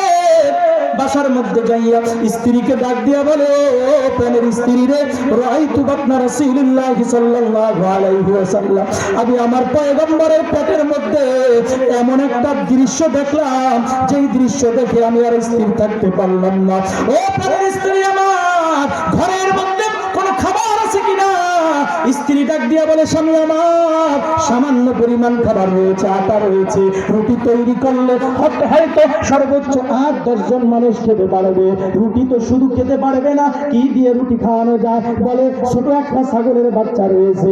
হযরত জাবেরের স্ত্রী ডাক দিয়া বলে, প্রাণের স্বামী আমার, আপনার সন্তানগুলো এই ছাগলের বাচ্চাটা নিয়ে খেলাধুলা করে, দৌড়াদৌড়ি করে, আনন্দ উপভোগ করে। আপনি যদি এটাকে জবাই করে দেন তাহলে তারা কষ্ট পাবে। এবার জাবের ডাক দিয়ে বলে, প্রাণের স্ত্রী রে, আল্লাহর নবী তৃপ্ত হওয়ার চাইতে আমার সন্তানরা আনন্দিত থাকবে, এটা আমার কাছে বড় দামি নয়। বরং আল্লাহর নবী খাবার খাইয়া যদি একটু তৃপ্তির ঠেকুর দেয়, চেহারার মধ্যে যদি মালিন্যতার ছাপ চলে যায় আর হাস্যোজ্জ্বল চেহারা হয়ে যায়, তাহলে আমি নবীর আমি জাবেরের অন্তরটা শান্তি হয়ে যাবে। কারণ সাহাবায়ে কেরাম হাজার কষ্ট ক্লেশ নিয়ে, দুঃখ দুর্দশা নিয়ে আমার পয়গম্বরের সামনে যখন উপস্থিত হইত, নবীর চেহারার দিকে যখন তাকাইতো, হাজার কষ্ট দুঃখ মুহূর্তের মধ্যেই তাদের দূর হয়ে যাইত। কারণ আমার নবীর চেহারা আল্লাহ এত সুন্দর করে তৈরি করেছে। আম্মা জানা আয়েশা রাদিয়াল্লাহু তাআলা আনহার দরবারে মদিনার মহিলারা আয়েশা প্রশ্ন করে, ও আয়েশা, ইউসুফ নবী নাকি এত সুন্দর ছিল? মিশরের মহিলারা তাদের এরকম ভাবে ইউসুফ নবীকে দেখা তাদের হাতটা কাইটা দিছে, তারা ব্যথা অনুভব করে নাই। আমগো নবী কেমন সুন্দর। আম্মা জানা আয়েশা রাদিয়াল্লাহু তাআলা আনহা বলে, ও মদিনার মহিলারা, ওই মিশরের মধ্যে ইউসুফ নবী না হইয়া যদি আমাদের পয়গম্বর হইতো, তাহলে মিশরের মহিলারা তাদের হাতের পরিবর্তে তাদের কলিজা কেটে দিত, গর্দান কেটে দিত, তারপরে তারা ব্যথা অনুভব করত না। বুলবুল को दिया नाला ऊपर वाना को जलवा, गम हमको दिया सबसे जो मुश्किल नजर आया। और मुसलमान ईमानदार নবীর চেহারা কত সুন্দর। জাবের ইবনে সামুরা রাদিয়াল্লাহু তাআলা আনহু বলে, কষ্ট হয় আপনাদের? আর অল্প একটু চলবে? জাবের ইবনে সামুরা রাদিয়াল্লাহু তাআলা আনহু বলে, রাআইতু ফি লাইলাতিন ইজহিয়ান ওয়া আলাইহি হুল্লাতুন হামরা। জাবের ইবনে সামুরা বলে, ও নবীর সাহাবীরা, উম্মতের দলেরা, আমি একদিন 14 তারিখ দিবাগত রাতে চাঁদের আলো যখন আলো উজ্জ্বল হয়ে গেছে, আল্লাহর নবীর সামনে উপস্থিত হইলাম। নবীর চেহারা থেকে আলোর ফোয়ারা বাইর হইতেছে। নবীর লাল ধরা ধরা বর্ণের একটা চাদর পরিহিত ছিল, আর আকাশের থেকেও 14 তারিখ দিবাগত রাতের যেই চাঁদের আলো, সেই আলোটাও চতুর্দিকে ছড়াইতেছে। আকাশের চাঁদও আলো দিতেছে। নবীর চেহারার দিকে তাকিয়ে দেখলাম নবীর চেহারার থেকে চতুর্দিকে আলো ফিলকি মাইরা বাহির হইতেছে। সুবহানাল্লাহ। আমার মনের মধ্যে কৌতূহল সৃষ্টি হলো। জাবের বলে আমার মনের মধ্যে কৌতূহল সৃষ্টি হলো। আমি কৌতূহল বশত একবার আমার নবীর চেহারার দিকে তাকাইলাম, আবার আকাশের চাঁদের দিকে তাকাইলাম। একবার নবীর চেহারার দিকে তাকাই, আবার আকাশের চাঁদের দিকে তাকাই। কয়েকবার যখন আমার দৃষ্টিটাকে আমি আপ ডাউন করলাম, আমার মনটা সাক্ষী দিয়া দিল ফালাহু ইনদি আহসানু মিনাল কমার। ওই আকাশের চাঁদের চাইতে আমার নিকটে আমার পয়গম্বরের চেহারা আরো কোটি কোটি গুণে বেশি সুন্দর। रुखसार से बरका का जरा पर्दा उठा दो, मिलागे मुझे हुस्न खुदा दाद दिखा दो। आए बाहर करम सदका हुसैन इब्ने अली का, पियासा को मुझे शरबते दीदार पिला दो। ওই যে জাবের রাদিয়াল্লাহু তাআলা আনহু বলে, স্ত্রী রে রুটি তৈরি করো, আর জাবের ছাগলটাকে জবাই দিয়ে আল্লাহর নবীর দরবারে চলে গেছে। নবীর সামনে যাইয়া কানে কানে বলতেছে, পয়গম্বর আপনার যে অবস্থা দেখেছি গো পয়গম্বর, স্থির থাকতে পারি নাই, বাড়ির ভিতরে যা দেখি সব সম্বল হিসাবে অল্প কিছু খাদ্য আছে। ওগো পয়গম্বর 8-10 জন সাহাবীদেরকে নিয়ে আপনি চলে আমার বাড়িতে, আপনি মেহমান হবেন। কয়জন? সর্বোচ্চ 10 জন সাহাবী নিয়ে আপনি চলেন। নবীর সামনে 1000 সাহাবী বসা। নবী 1000 সাহাবীদেরকে কিভাবে যুদ্ধ করবে, কিভাবে খাল খনন করবে, সেটা দিক নির্দেশনা দিতেছে। এই কথা যখন বলল, তখন জাবের রাদিয়াল্লাহু তাআলা চুপ করার পর নবীজি 1000 সাহাবায়ে কিরামদেরকে বলে, আমার জাবের আজকে আমাকে দাওয়াত দিয়েছে, চলো তোমরাও আমার সঙ্গে জাবেরের বাড়িতে আমরা সকলে মেহমান হব। আল্লাহু আকবার। এই কথা যখন আল্লাহর পয়গম্বর বললেন, জাবের রাদিয়াল্লাহু তাআলা পিছন দিয়ে এক দৌড় দিয়ে স্ত্রীর কাছে যাইয়া বলে, প্রাণের স্ত্রী রে, অন্যায় হয়ে গেছে, আজকে তো লজ্জিত হতে হবে। ভাই কা কি হয়েছে? দাওয়াত দিলাম মাত্র 10 জন, আল্লাহর নবী আরো 990 জন বাড়ায়া 1000 নিয়ে রওনা করেছে। স্ত্রীও ছিল আল্লাহওয়ালা, স্ত্রীও ছিল আশেকা, আল্লাহর নবীর বড় আশেকা। আমগো জামানার মা বোনরা যদি হইতো, তা কইতো হুজুর গো দোষী এটা, একজন দাওয়াত দিলে লগে কই আরো 2-3 জন নিয়ে আসে, কথা ঠিক না বাটে? আমার হুজুরের বাটিটা যদি একটু বড় হয়ে যায়, কয় মা গো মা, হুজুরে এত বড় বাটির খানা খায় কিভাবে? আছে না? সবাই এরকম না, কিছু কিছু এরকম পাওয়া যায়। চার দোকানে বৈশা বৈশা কোনো দোষ নাই, কিন্তু ইমাম সাহেবের দোষের কোনো অভাব নাই, এমন জাতের মুসল্লি আছে না নাই? মুসলমান ইমানদার আলেমরা সম্মানের পাত্র, আলেমরা ইজ্জতের পাত্র।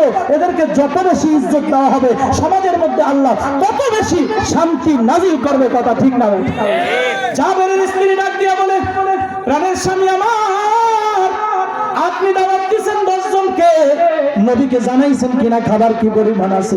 বলে হ্যাঁ, খাবার কি পরিমাণ আছে এটা নবীকে জানাইছি। তাহলে সমস্যা নাই।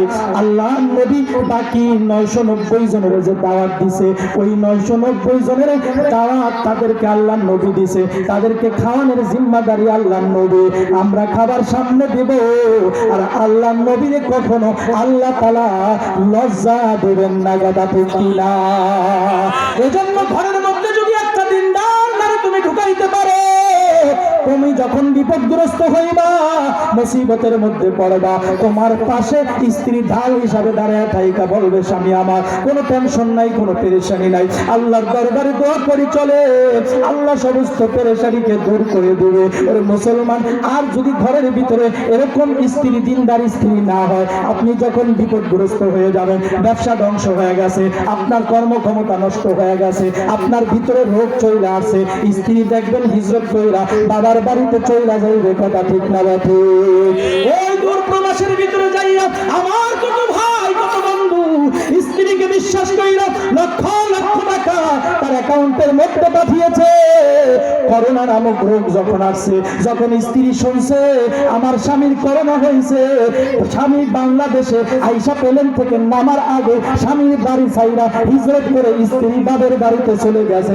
এমন ঘটনা বাংলার জমিনে ঘটছে। কথা ঠিক না বেটে? করে মুসলমান, এজন্য মা বোনদেরকে বলি, মা দিনদার হও, পর্দানিশী হও, রাস্তা দিয়ে যখন হাঁটবা তখন বোরকা পরে হাঁটবা, চেহারাটাকে তুমি কাউকে দেখাইবা না, কারণ এই চেহারা যদি তুমি মানুষকে দেখাও, তোমার ব্যাপারে যদি তুমি চলো, তোমার জন্য জাহান্নাম অবধারিত হয়ে যাবে, জান্নাত তোমার জন্য হারাম হয়ে যাবে। আল্লাহর নবী বলেন, সালাসাতুন ক্বাদ হারামাল্লাহু আলাইহিল জান্নাত, তিন ব্যক্তির জন্য আল্লাহ তাআলা জাহান্নাম অবধারিত করে দিয়েছেন, জান্নাত হারাম করে দিয়েছেন। এর মধ্যে এক প্রকারের মানুষ হলো তথা মা বাবার এরকম ভাবে যারা, ওই সমস্ত নারীরা যারা ব্যাপার দেয় সমাজের মধ্যে চলাফেরা করে, কিন্তু তার স্বামীরা, তার ভাই, তার এরকম ভাবে তারা প্রতিবেশী তাকে বাধা প্রদান করে না। এই সমস্ত নারীরা দায়ুস জাহান্নামের আগুনের মধ্যে জ্বলবে। চিনেননি আপনারা এদেরকে? সমাজের মধ্যে দুই চারজন আছে না নাই? দিনদার নারী চিনেন আপনারা? দিনদার নারী আছে না নাই সমাজে? বদ্দিনও যেমন আছে, দিনদারও আছে। দিনদার আছে না নাই? দিনদার কারা? ওই যে 31st নাইট যখন আসবে, পহেলা বৈশাখ যখন আসবে, ঈদের সময় যখন আসবে, রাত 12টা-1টা পর্যন্ত কালকিনি শহরের ভিতরে মার্কেটে মার্কেটে অর্ধ উলঙ্গ হয়ে বুক পিঠ খালি করে ঘুরবে, এরা দিনদার নারী? জোরে বলেন, এরা দিনদার নারী? আল্লাহর নবী বলেন, উম্মতের নারীরা নিসাউন আরিয়াতুন কাসিয়াতুন মাইলাতুন মুমিলাতুন রুসুহুন্না কাজনিমাতিল বুখতিল মাইলাত। কিয়ামতের আগে এমন এক শ্রেণীর নারীর আবির্ভাব হবে, তারা পোশাক পরে তারা উলঙ্গ থাকবে। সাহাবায়ে কেরাম বলে, পয়গম্বর পোশাক পরে আবার কিভাবে উলঙ্গ থাকবে? আল্লাহর নবী বলে, এমন পাতলা পোশাক পরবে, পোশাক পরার পরে পোশাকের বাহির থেকে পোশাক ভেদ করে তাদের শরীরের মধ্যে কোথায় কি অঙ্গভঙ্গি আছে সব কিছু স্পষ্ট ভাবে দেখা যাবে। এমন পোশাক কোম্পানি ভবিষ্যতে ফ্যাক্টরি বাহির করবে, নাকি বর্তমানেও আছে? জোরে বলেন, আছে না নাই? আরো জোরে, আছে না নাই? ও মুসলমান ইমানদার, এবার আল্লাহর নবী বলেন, মাইলাতুন মুমিলাতুন রুসুহুন্না কাজনিমাতিল বুখতিল মাইলাত। তাদের মাথার চুলগুলো থাকবে উপর দিকে উটের কুজের মতো, মাথার মধ্যে কোনো ওড়না থাকবে না, হিজাব থাকবে না, পর্দা থাকবে না, উপরে চুলগুলো বেনি বাইদা রাখবে অথবা পিছন দিকে সাইকে রাখবে। এমন আছে না নাই? আল্লাহর নবী বলে, মাইলাতুন মুমিলাতুন, রাস্তা দিয়ে যখন হাঁটবে হয়তো এরা কোনো পর পুরুষের প্রতি এরকম ভাবে আকৃষ্ট হয়ে যাবে, তার প্রেমে পড়ে যাবে, অথবা কোনো পর পুরুষ বেগানা পুরুষ এই নারীদেরকে দেখা তাদের প্রেমে পড়ে যাবে। আছে না নাই? ও মুসলমান, আল্লাহর নবী জানিয়ে দেয়, ও মা, লাম ইয়াদখুলুল জান্নাহ, এরা কখনো জান্নাতে যাইতে পারবে না। ওয়ালা ইয়াজিদনা রিহাহা, হাজার হাজার মাইল দূর থেকে একজন জান্নাতি ব্যক্তি জান্নাতের সুঘ্রাণ তার নাকের মাধ্যমে পাবে, কিন্তু এই সমস্ত নারীরা কখনো জান্নাতের সুঘ্রাণ পাবে না। মুসলমান ইমানদার, জাবের রাদিয়াল্লাহু তাআলা আনহু স্ত্রী যখন বলল, স্বামী আমার টেনশনের কোনো দরকার নাই, পেরেশানির কোনো দরকার নাই, শেষ করবে না মুনাজাত দিয়ে দিব? শেষ করেন, শেষ করেন, শেষ করেন, শেষ করেন, শেষ করেন। জাবের রাদিয়াল্লাহু তাআলা আনহু যখন স্ত্রীর থেকে পরামর্শ পাইল, নবীর দরবারে চলে গেল। নবীর সামনে যাওয়ার পর নবী বলে, জাবের তোমাকে খোঁজ করতেছিলাম, পাইতেছিলাম না। জাবের মুস্কি করে হাসি দিলেন, বুঝতে পারছি জাবের তুমি মনে হয় টেনশনের মধ্যে পড়ে গেছো, বাসার মধ্যে মনে হয় দৌড়ে গিয়েছিলা। আমার নবী বলে, যাবে যাও যাও, আরেকটা ঘর দিয়ে বাড়ির ভিতরে চলে যাও, আমি নবী না আসা পর্যন্ত তোমার স্ত্রী যেই রুটি বানাইছে এবং যেই এরকম ভাবে খাসির গোস্ত রান্না করেছে, ওই পাতিলা থেকে যাতে করে খাসির গোস্ত না নামায় এবং রুটিও যাতে করে পেয়ালার থেকে অথবা বলের থেকে না বাহির করে, আমি আসা পর্যন্ত তুমি সেগুলো সেইভাবেই রাখবা। আল্লাহ নবী যখন চলে গেল, নবীর সামনে দিয়ে দিলাম, এবার পয়গম্বর ওই যে খাসির গোস্তের যে পাতিলা ছিল, একটা খাসির টুকরা, একটা ছাগলের টুকরা নিজের জিহ্বার ভিতরে লাগাইয়া একটু লালা লাগাইয়া তারপরে ওই পাতিলার মধ্যে আবার ছেড়ে দিল। রুটিগুলোর মধ্যে থেকে একটা রুটি নিয়ে একটু লালা লাগাইয়া মুখের ভিতরে একটু দিয়ে আবার ওখানে ছেড়ে দিল। এবার যাদেরকে বলে যাবে তুমিও সাহাবীদেরকে বন্টন করো, আমিও সাহাবীদেরকে বন্টন করে। এবার যাবের বলে আমার ঘরের মধ্যে 70 জন সাহাবায়ে কেরাম বসতে পারবে, 70 জন করে করে এক এক এরকম ভাবে গ্রুপ করে করে আমি খাওয়াইতে খাওয়াইতে সব সাহাবায়ে কেরাম শেষ হয়ে গেল। এখনো খাবার অবশিষ্ট আছে। নবী ডাক দিয়ে বলে যাবে চলো তুমি আর আমি বসি। আমরা যারা বন্টনের জিম্মাদারিতে ছিলাম সবাই পেট ভর্তি করে আমি আমরা খাইলাম।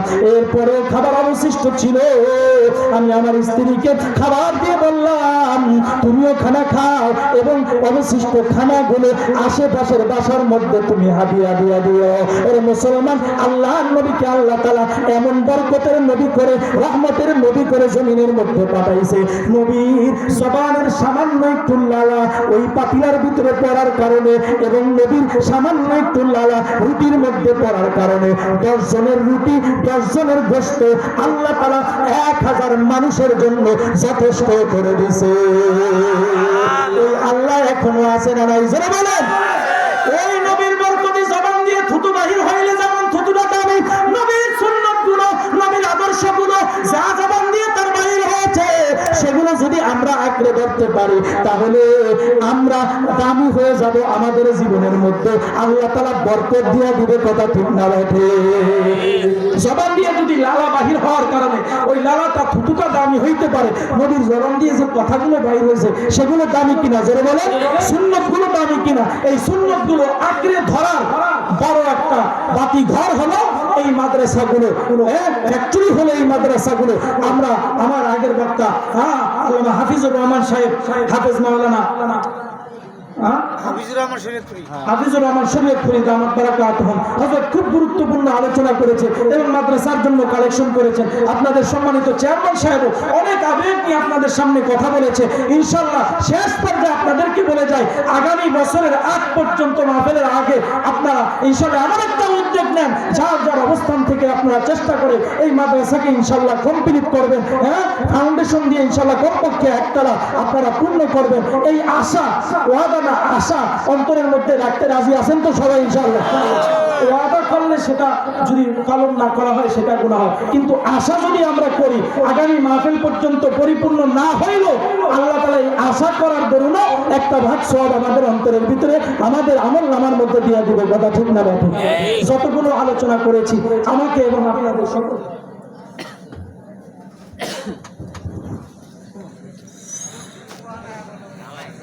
এখন ইনশাআল্লাহ দোয়া হয়ে যাবে। যেহেতু ইনশাআল্লাহ অনেক রাত্র হয়েছে, আপনাদের এখানে অনেকে আপনারা